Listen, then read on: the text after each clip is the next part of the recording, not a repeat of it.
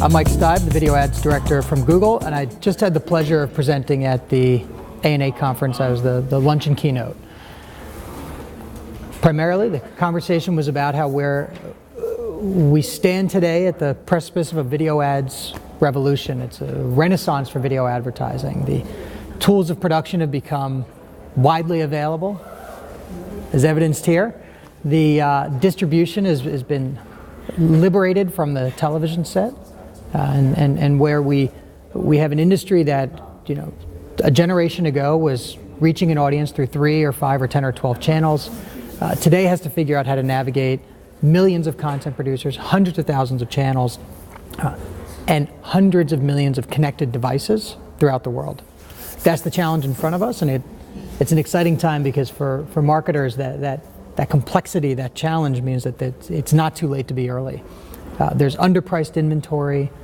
There are opportunities to media plan to get really more bang for the buck, target the right audience, and I guess what people are, and create what people are calling earned media, or sort of social media ads in a connected environment that engage an audience and people sort of share with friends and comment and like, and the result is if you work a media plan with all of those things in mind, an advertiser can get a lot more impact for less spend. If 10 years ago I spent $100 to try to reach my audience through the channels that were available to me 10 years ago, and today I can take that same $100 and I can take advantage of lower priced audiences through the long tail of television, more efficient reach through adding online video to a television campaign, and then when the creative is good, tons and tons and tons of free media.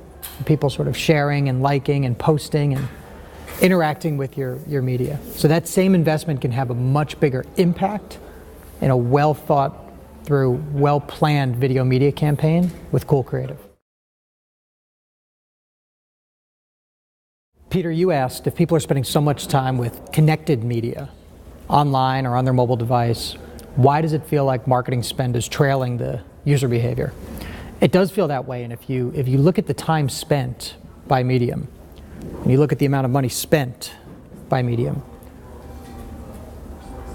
time spent in print, for example, has gone down significantly, but the spend has, while not holding constant, a gap has developed between how much time people spend in print media and how much money is spent in print media. That audience has gone online, and the dollars haven't followed as quickly as the user behavior has changed. 1/3 of people in America have not picked up a magazine in the last 6 months, but the dollars haven't changed as quickly. Whereas on the internet, if you just take the amount of time spent and what you would think would be the amount of media investment, there's a $50 billion gap in the US. I think that's very interesting. We think that for a marketer who's looking for sort of areas in the market where they can arbitrage, they can move first. For a marketer who's looking for the deals, that's where you're going to find the deals. What are the objections that you're hearing from brands of, oh, we know we should spend more money online, but... That's right.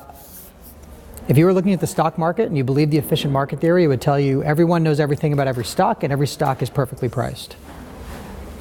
Yet it seems like smart investors can find value in the right stocks.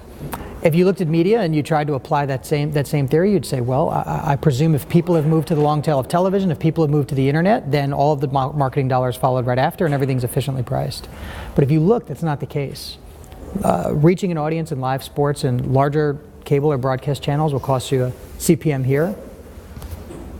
That same audience, the same people watching live sports on smaller channels, speaking of sports, watching sports in smaller channels, more niche audiences across the long tail of television, the CPM is here.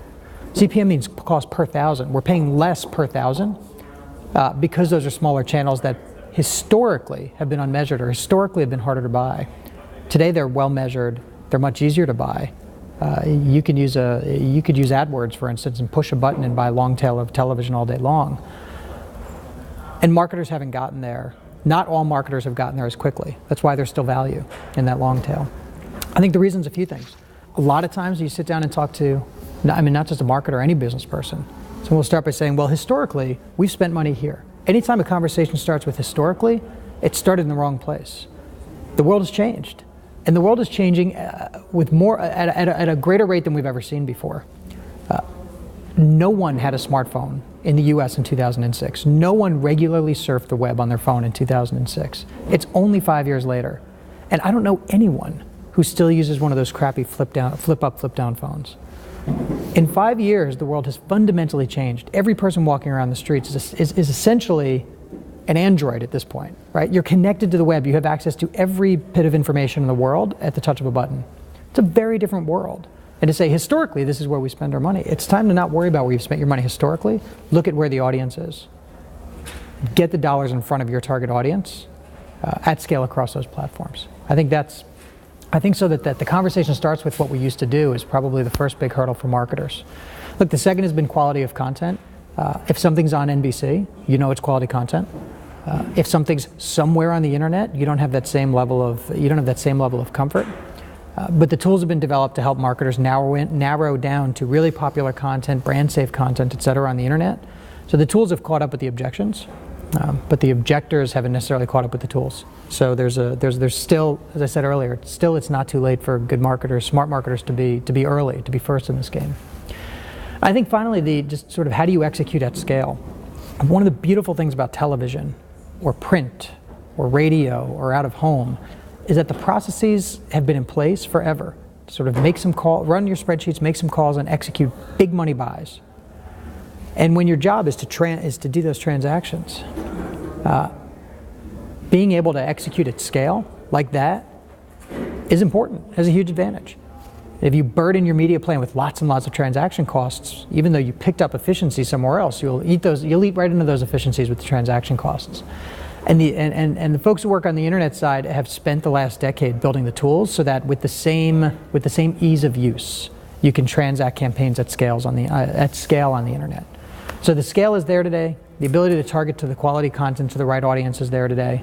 And I think what you'll see, you'll see that this is going to be a big year for marketers moving their attention to long-tail television advertising and video advertising on the web, video advertising on mobile devices.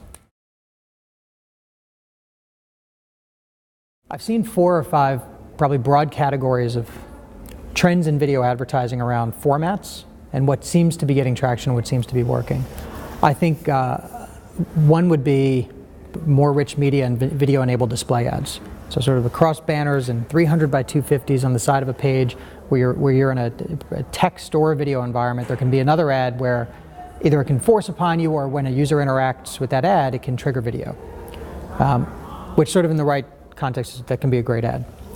Second thing we've seen is straight pre-roll advertising. So I'd like to see an ad. This is sort of taking the television model and bringing it to the internet. I'd like to see some content. I'm going to watch an ad first. That's what helps to pay for the content, and then I see my content. The third is user choice ads. A user has the sort of ability to select the ad that feels more relevant to them from a slate before the content runs, or an ad that will, as it's running, a user can skip it. We have ad units like those on YouTube, and if someone skips the ad, if they've skipped the ad, the advertiser won't pay. What that means is we didn't find the right audience for the ad. Ads like that are particularly attractive because you can invest a lot more in ad quality. When you're getting users to select ads and to opt out of ads, you get a signal as to whether or not you found the right audience for that message. You can do a lot around getting the right audience for the advertiser.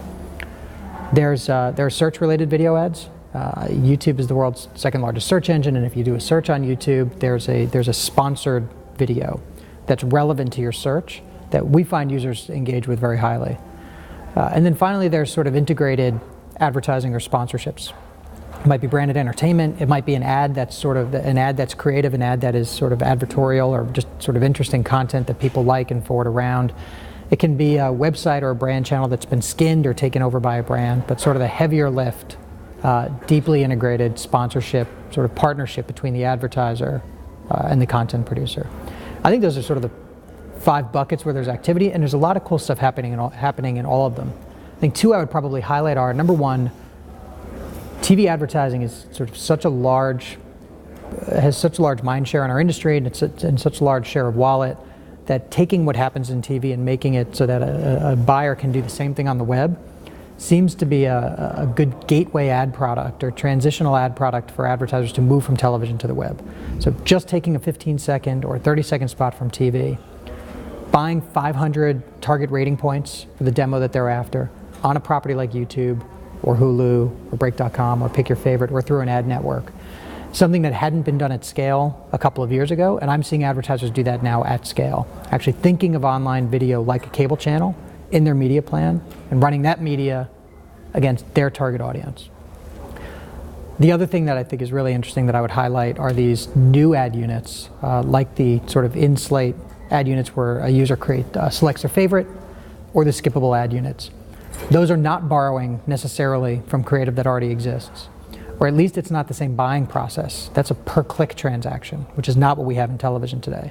But that it creates a quality signal, I think, makes that a really, really important ad unit or bucket of ad units to the future of the industry.